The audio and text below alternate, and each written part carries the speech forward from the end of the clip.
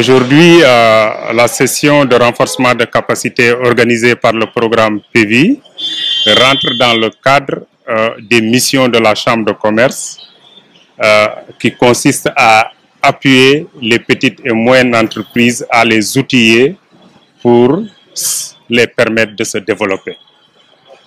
Nous savons, comme l'a dit tout à l'heure le président, que les marchés publics est un levier important qu'elles peuvent utiliser pour pouvoir gagner des marchés, donc gagner de l'argent, mais également gagner de l'expérience en côtoyant d'autres entreprises encore plus grandes et qui sont sur le terrain.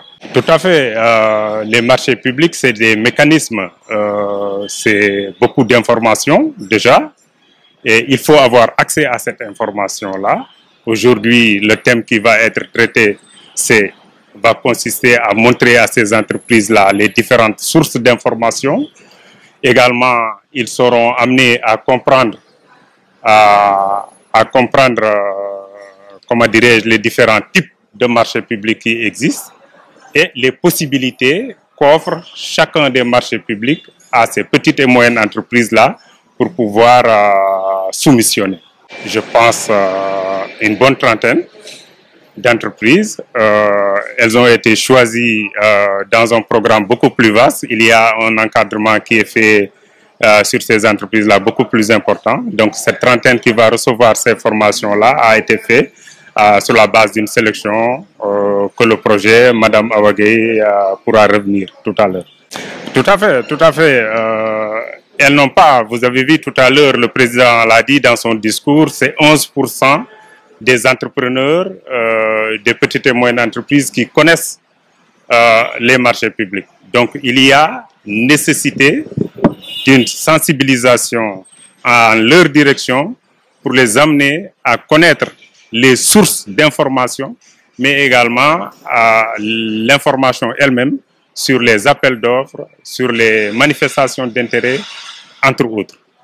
Non, je n'ai pas connaissance de ce qu'elle pouvait perdre, mais il faut savoir que le marché aujourd'hui de la commande publique représente plusieurs centaines de milliards en francs CFA. Et donc très souvent ce qu'on voit, ce sont les grandes entreprises qui les gagnent. Et dans le code des marchés publics, comme je l'ai indiqué tout à l'heure, il y a des facilitations qui sont faites aux petites et moyennes entreprises en les amenant à obtenir des sous-traitances au niveau de ces grandes entreprises-là.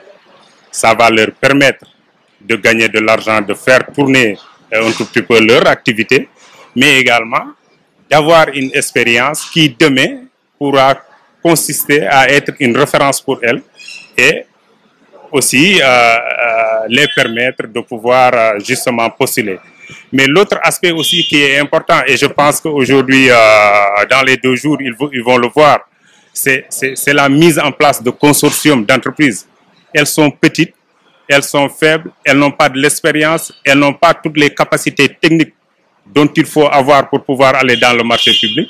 Il faudrait qu'on les informe de la possibilité d'aller en consortium, c'est-à-dire qu'elles s'associent entre elles pour pouvoir avoir plus de force, avoir plus d'expérience, avoir plus de technicité pour pouvoir affronter les majors, les grandes entreprises sur les marchés publics.